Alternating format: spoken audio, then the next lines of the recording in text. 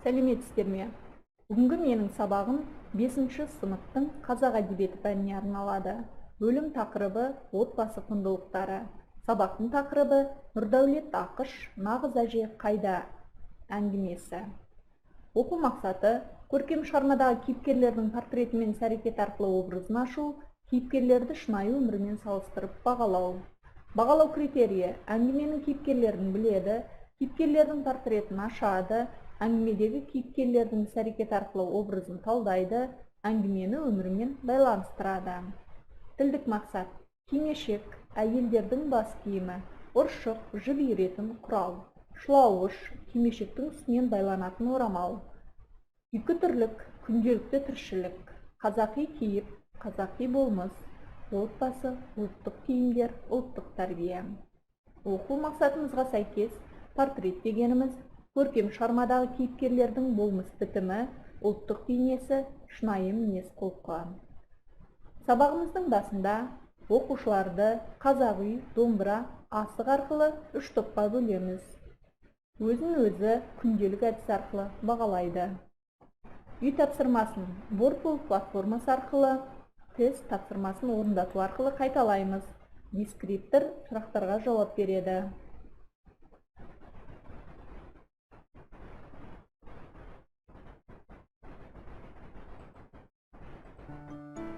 Қыздар балабақшада қандай ертегілер тыңдайды? Қызыл телпек, Айбалит, Кірғожалақ. Азат қыздарына қандай ертегі айтып берді? Ертөстік, Құйыршық, Түлкі мен Тазы. Азатты кім қонаққа шақырды? Досы. Азаттың әйелінің аты? Балқыз. Әже деген кім? Ата-анаңның анасы. Азат кімнен бата сұрады? Әжеден. Нағыз әже бейнесі қандай? Ертек айтатын, мейірімді, шапағатты, салт-дәстүрді білетін адам. Азаттың мақсаты: нағыз әжені көрсету. Аян мен Райханның үміті: нағыз әжені көру. Жолдастың әйелінің бейнесі: ашушаң, ұрысқақ.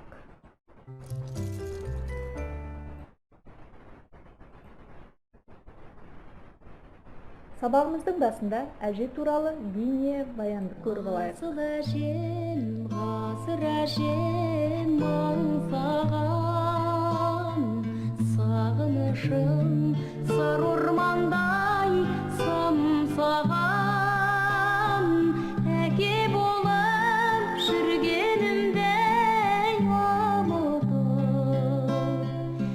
әлі күнге еркелеймін мен саған. Бүгінгі сабағымыздың авторы Нұрдәулет Ақыштың бізге берер 1-ші тапсырмасы. Балалар, әже сендер сияқты балалардың әкелері мен аналарын тәрбиелеп өсірген кісі. Өзі мейірімді де, ақылды адам. Ешкімге ешқашан ұрыспайды. Ұрса қалса, орнымен теріс қылығына өзің ұялатындай етіп ұрсады. Өзінің үні де, қолы да, көзқарасы да жұмсақ. Жұрттың бәрімен қарағым, айналайын деп жылы сөйлесетін иман жүзді қария. Өзі ылғи шаруа істеп күйбеңдейді де жүреді. Тіпті ештеме істемеген күннің өзінде ұршық иіріп отырады. Тапсырма: әжеге тән қасиеттерді сызбаға топтастырыңдар. 1-ші тапсырма: топтастыру әдісі. Бұл тапсырманы топтық жұмыс ретінде орындатуға болады. Дескриптор: әжеге тән қасиеттерді жазады, сызбаны толтырады. Сабағымыздың 2-ші тапсырмасы 5 саусақ әдісі. Бұл тапсырманы жеке жұмыс ретінде орындатуға болады. Бас бармақ: әңгіменің кейіпкерлері кімдер? Балаң үйрек, әже дастархан басында өзін қалай ұстайды? Ортан терек: нағыз әжені кездестірді ме? Шылдыр шүмек: қыздар неге қонақтан ренжіп қайтты? Кішкентай бөбек: әкесінің арманы не? Дескриптор сұрақтарға жауап береді, мысалдармен дәлелдейді. Сабағымыздың 3-ші тапсырмасы кім тапқыр әдісі.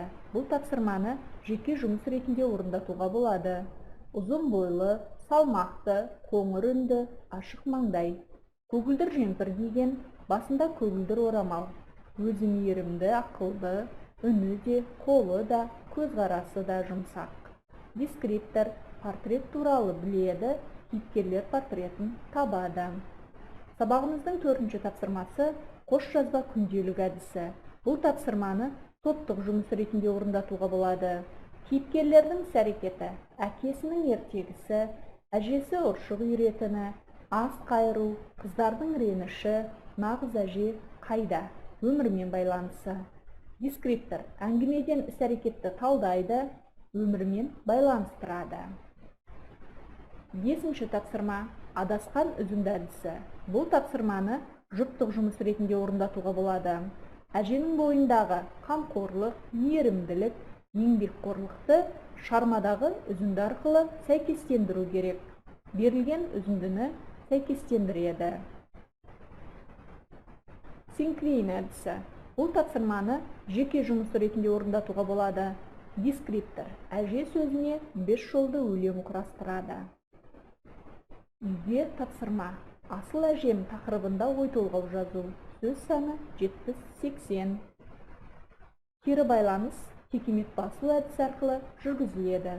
Оқушылардың бүгінгі сабақтан алған әсерлері туралы бөлісу. Осымен бүгінгі сабағым аяқталды. Келесі кездескенше сау болыңыздар.